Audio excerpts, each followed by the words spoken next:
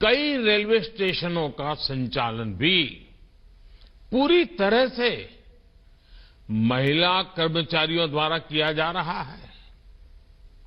मैं ऐसे प्रयासों के लिए रेलवे की सराहना करता हूं। देश की सभी महिलाओं को नारी शक्ति वंदन अधिनियम के लिए फिर से बधाई देता हूं।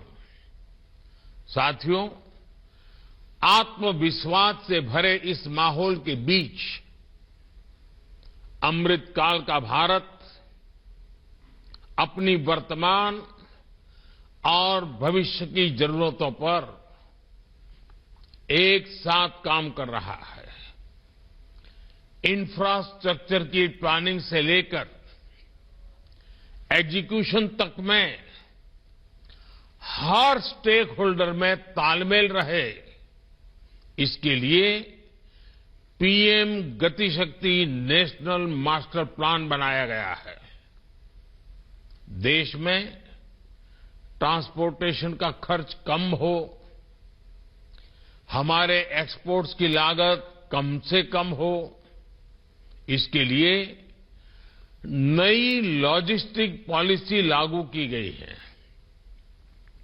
देश में ट्रांसपोर्ट का एक माध्यम दूसरे को सपोर्ट करे, इसके लिए मल्टी मॉडल कनेक्टिविटी पर जोर दिया जा रहा है। इन सारे प्रयासों का बड़ा लक्ष्य यही है कि भारत के नागरिक के लिए ईज ऑफ ट्रैवल बढ़े, उसका कीमती समय बचे। ये वंदे भारत ट्रेनें इसी भावना का एक प्रतिबिंब है। साथियों, भारतीय रेलवे देश के गरीब और मिडिल क्लास की सबसे भरोसेमंद सहयात्री है। हमारे यहां एक दिन में जितने लोग ट्रेन में सफर करते हैं, उतनी तो कई देशों की आबादी भी नहीं है। ये दुर्भाग्य रहा कि पहले भारतीय रेलवे को आधुनिक बनाने पर उतना ध्यान दिया ही नहीं गया। लेकिन अब हमारी सरकार भारतीय रेलवे के कायाकल्प में जुटी है।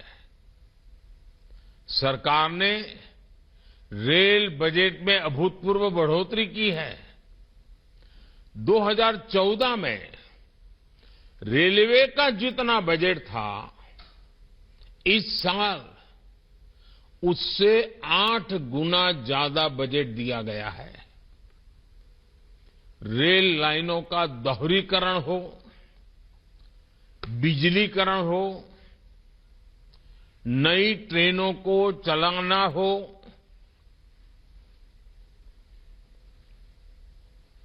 नए रूट्स का निर्माण हो, इन सभी पर तेजी से काम हो रहा है। साथियों, भारतीय रेल में यात्रियों के लिए अगर ट्रेन चलता फिरता घर होती है, तो हमारे रेलवे स्टेशन भी उनके अस्थायी घर जैसे ही होते हैं।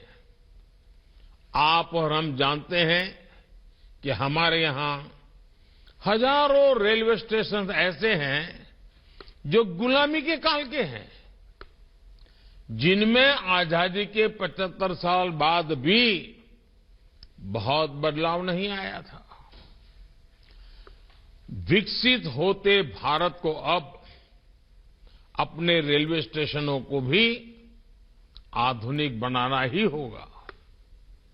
इसी सोच के साथ पहली बार भारत में रेलवे स्टेशनों के विकास और आधुनिकीकरण का अभियान शुरू किया गया है।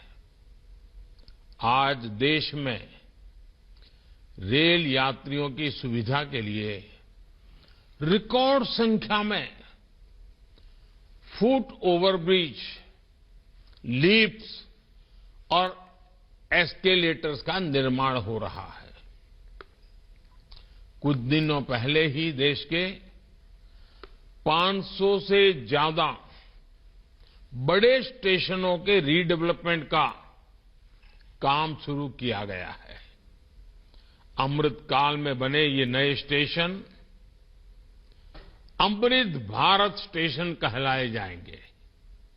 ये स्टेशन आने वाले दिनों में नए भारत की पहचान बनेंगे। मेरे परिवारजनों, रेलवे स्टेशन कोई भी हो,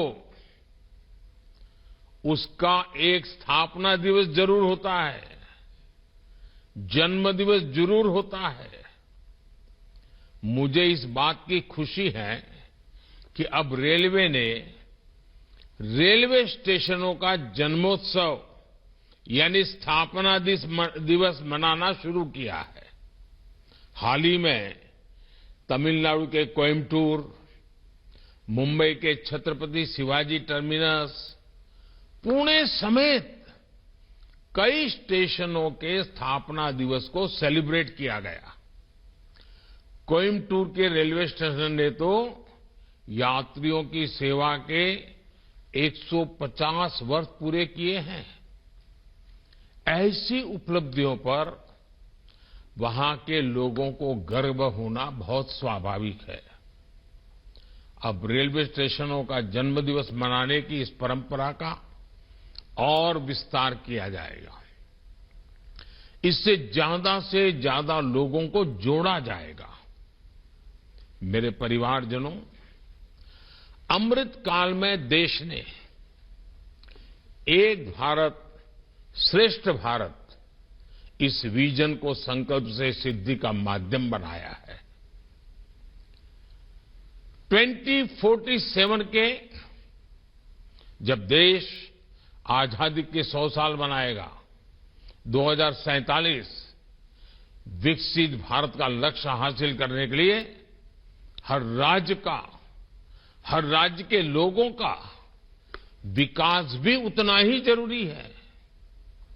पहले की सरकारों में जब कैबिनेट का गठन होता था, तब इस बात की सबसे ज्यादा चर्चा होती थी कि रेल मंत्रालय किसको मिलेगा। माना जाता था कि रेल मंत्री जिस राज्य से होगा, उसी राज्य में ज्यादा ट्रेनें चलेगी। और उसमें भी होता ये था कि नई ट्रेनों की घोषणाएं तो कर दी जाती थी, लेकिन पटरी पर बहुत कम ही उतरती थी। इस स्वार्थ भरी सोच ने रेलवे का ही नहीं, देश का बहुत बड़ा नुकसान किया, देश के लोगों का नुकसान किया। अब देश किसी राज्य को पीछे रखने का जोखिम नहीं ले सकता।